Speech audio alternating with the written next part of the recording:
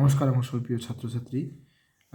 তোমরা এবার যারা 2025-এর মাধ্যমিক পরীক্ষা দিবে তোমাদের জন্যই আজকের আমার এই ক্লাস। এবং আজকে তোমাদের এই ক্লাসে আমি আলোচনা করব ভারতের শিল্প নিয়ে। ভারতের শিল্প থেকে যে সমস্ত প্রশ্নগুলি আসতে পারে এবং তোমাদের পরীক্ষার জন্য খুবই গুরুত্বপূর্ণ, আমি সেই প্রশ্নগুলোই এখানটা তুলে ধরছি। তোমরা এই ক্লাসটি খুব মনোযোগ দিয়ে শেষ পর্যন্ত দেখবে তোমরা অনেকগুলো প্রশ্ন জানতে পারবে এবং কি কি পড়তে হবে তারও একটা তোমাদের আইডিয়া চলে আসবে মনের মধ্যে।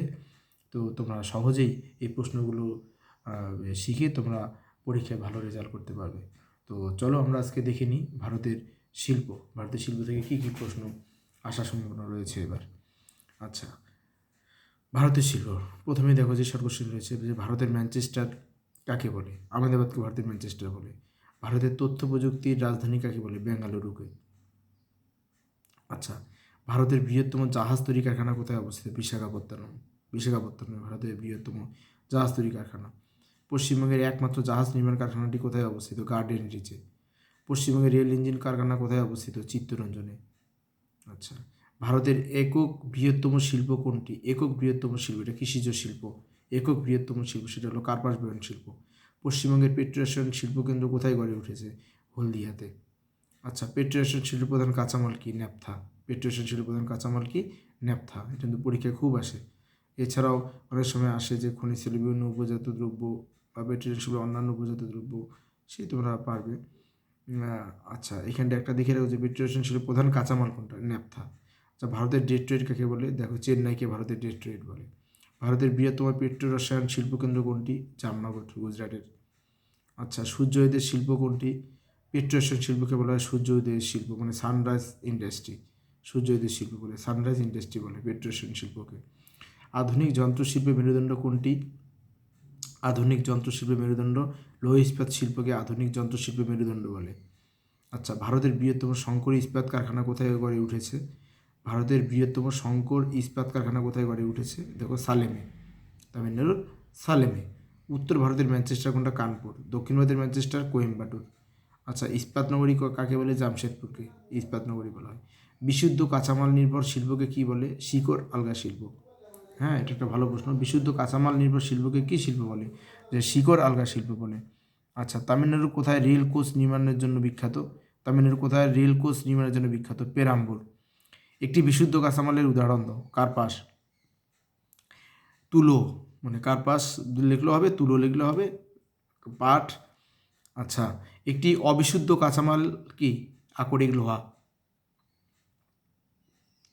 কোন শহরকে টেক সিটি বলে? হায়দ্রাবাদকে টেক সিটি বলে।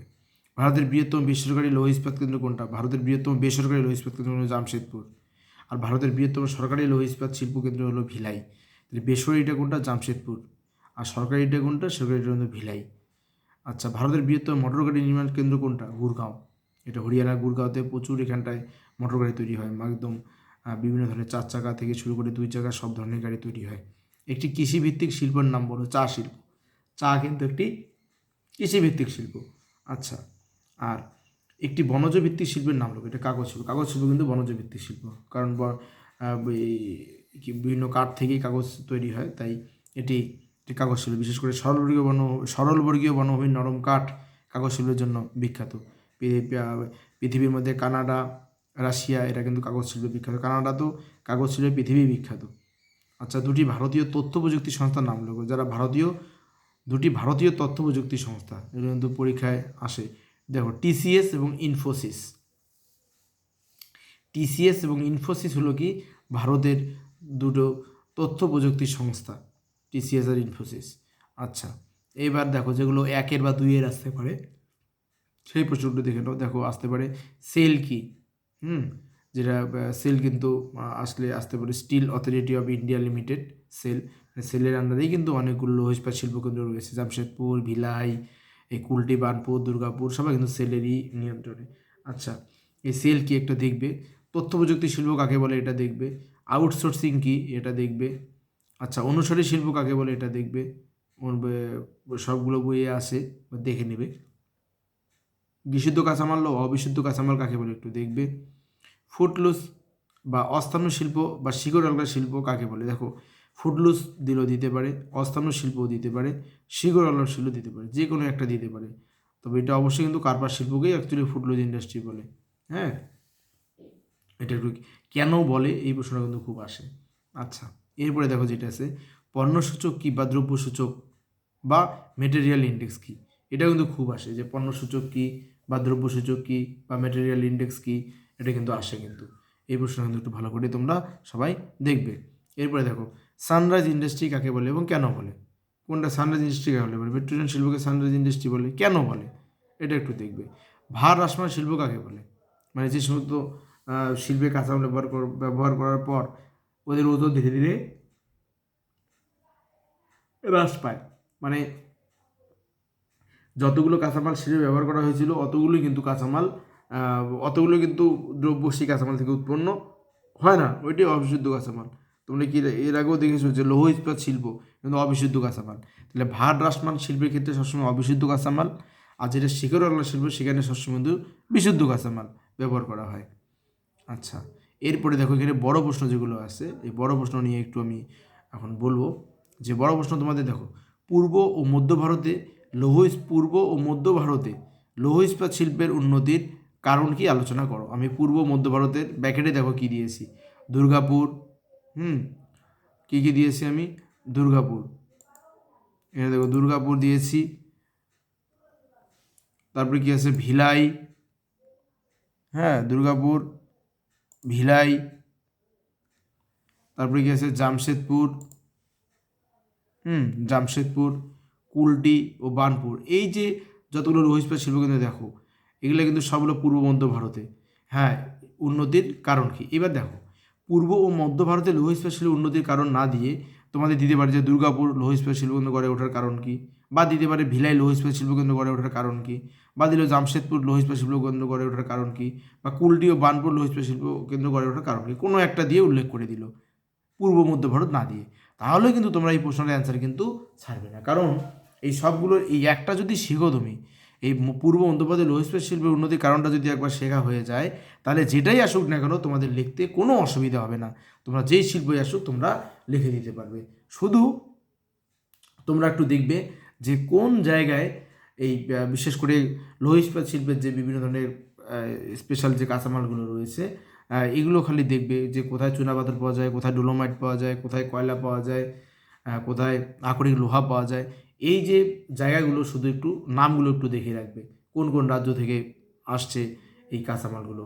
এটা যদি শুধু একটু জেনে রাখতে পারো, তাহলে পূর্ব ও মধ্য ভারতের লৌহ ইস্পাত শিল্পের উন্নতির কারণ যেভাবেই আসুক না কেন, এখানটায় কোনো একটা জায়গার নাম উল্লেখ করে দিয়ে আসুক, বা পূর্ব মধ্য ভারতের লৌহ ইস্পাত শিল্পের উন্নতির কারণেই আসুক না কেন, তোমরা কিন্তু খুব সহজেই সেটা কিন্তু তোমরা লিখতে পারবে।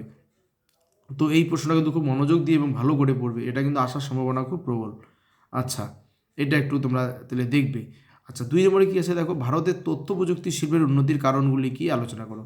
ভারত বর্তমানে জানো ভারতের তথ্য প্রযুক্তি শিল্প কিন্তু খুব উন্নতি লাভ করেছে, যেগুলো কিছুক্ষণ আগে দেখলে টিসিএস, ইনফোসিস থেকে শুরু করে বিভিন্ন ধরনের যে তথ্য প্রযুক্তি কেন্দ্র, বিশেষ করে ব্যাঙ্গালোরে এবং আমাদের পশ্চিমবঙ্গের যেটা এই রয়েছে, এই বিশেষ করে সেক্টর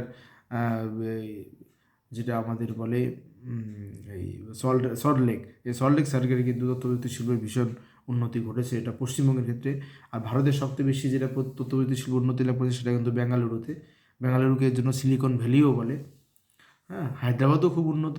তো এই যে ভারতের যে বিভিন্ন জায়গায় যে তথ্য প্রযুক্তি শিল্পের যে উন্নতির কারণ, সেটা প্রশ্নটা একটু তোমরা শিখে রাখবে। আর ভারতে মোটর গাড়ি নির্মাণ শিল্পের বা অটোমোবাইল শিল্পের উন্নতির কারণ কি আলোচনা করো। মোটর গাড়ি আর অটোমোবাইল একই, তো শিল্পের উন্নতির কারণ কি দেখো, ভারত বর্তমানে মোটর গাড়ি, বিশেষ করে 4 চাকা 2 চাকা এই সমস্ত গাড়ির কিন্তু উৎপাদন ভারতে প্রচুর পরিমাণে হচ্ছে এবং বিক্রিও প্রচুর বেড়ে যাচ্ছে। তো ভারতে এই মোটর গাড়ির নির্মাণ শিল্পের এত উন্নতির কারণ কি, এই প্রশ্নটা কিন্তু তোমরা একটু দেখবে। আচ্ছা, 4 নম্বরে যেই প্রশ্নটা রয়েছে, পশ্চিম ভারতে পেট্রোরসায়ন শিল্পের উন্নতির কারণ কি। পশ্চিম ভারতে বিশেষ করে মহারাষ্ট্র, গুজরাট, ওইখানটায় দেখবে পেট্রোরসায়ন শিল্প উন্নতি লাভ করেছে। ভারতের সবথেকে বড় পেট্রোরসায়ন শিল্প কেন্দ্র যেটা কী নাম, সেটা হলো জামনগর। পশ্চিমবঙ্গে যেটা আছে সেটা হলদিয়া। এই যে পশ্চিম ভারতে জামনগর থেকে শুরু করে ওইদিকে ট্রম্বে আছে, হ্যাঁ নাসিক, মহারাষ্ট্রের এই জায়গাগুলোতে লৌহ পেট্রোরসায়ন শিল্পের ব্যাপক উন্নতি লাভ করেছে। তাহলে পশ্চিম ভারতে এই পেট্রোলেশন শিল্পের উন্নতির কারণ কি, এই প্রশ্নটা কিন্তু তোমরা একটু ভালো করে পয়েন্ট ওয়াইজ তোমরা দেখবে, তাহলে দেখবে তোমরা এখানটা যেই প্রশ্ন আসুক না কেন কিন্তু তোমরা খুব সহজেই তার অ্যান্সার করতে পারবে। তো আশা করি তোমরা শিল্প থেকে সমস্ত প্রশ্নগুলো তোমরা দেখলে কি কি আসতে পারে, এই প্রশ্নগুলো তোমরা বাড়িতে একটু ভালো করে দেখো এবং পড়াশোনা করো। আশা করি তোমাদের পরীক্ষায় সবই তোমাদের কমন আসবে এবং তোমরা সব লিখতে পারবে। এবং তোমাদের সবাইকে বলবো তোমরা অবশ্যই এই ক্লাসটি দেখার পর অবশ্যই তোমরা লাইক দেবে বা কমেন্ট করবে। আর অবশ্যই যদি তোমাদের কোনো প্রশ্ন জানার থাকে তোমরা কমেন্ট বক্সে লিখবে, আমি তার উত্তর দেওয়ার চেষ্টা করব এবং এইভাবেই আমি তোমাদের বিভিন্ন ক্লাসগুলোকে এগিয়ে নিয়ে যাব। আশা করি আমার যতগুলো ক্লাস তোমাদের চ্যাপ্টার ওয়াইজ দেওয়া হয়েছে তোমরা সবাই এই চ্যাপ্টার ওয়াইজ প্রশ্নগুলো তোমরা দেখো এবং দেখে তোমরা নিজেদের মধ্যে একটা প্রস্তুতি নিয়ে নাও আগামী 10 তারিখে তোমাদের মাধ্যমিক পরীক্ষার জন্য।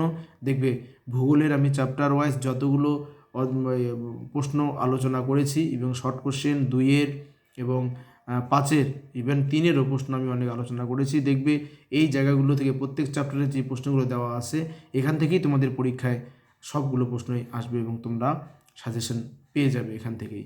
তাই আমার এই প্রত্যেকটা ক্লাস তোমরা চ্যাপ্টার ওয়াইজ যদি আমার ইজি জিওগ্রাফি সঞ্জয় স্যার বলে তোমরা সার্চ করো তাহলে কিন্তু চ্যাপ্টার ওয়াইজ তোমাদের প্রশ্ন চলে আসবে। তোমাদের একদম সমস্ত শর্ট কোশ্চেন 2-এর 3-এর 5-এর সব প্রশ্ন চলে আসবে। তো তোমরা এইভাবে সার্চ করে তো তোমরা যে কোনো চ্যাপ্টারের নাম লিখে ইজি জিওগ্রাফি সঞ্জয় স্যার বলে তোমরা সার্চ করবে, দেখবে তোমাদের এই ক্লাসগুলো সব চলে আসবে এবং সেইভাবে তোমরা সবগুলো ক্লাস দেখে তোমরা প্রস্তুতি নিবে। তো তোমাদের পরীক্ষা দেখবে খুব ভালো হবে। তোমরা এইভাবেই আমার এই বিভিন্ন চ্যাপ্টার যে ক্লাসগুলো সেগুলো দেখে যাও। আর যে 1-2 চ্যাপ্টার এখন আমার বাকি রয়েছে, আমি 2-1-এর মধ্যেই তোমাদের এই ক্লাসগুলো তোমাদেরকে আমি দিয়ে দিব এবং সঙ্গে ম্যাপ পয়েন্টিংয়ের আমি একটা সাজেশন দিয়ে দিব।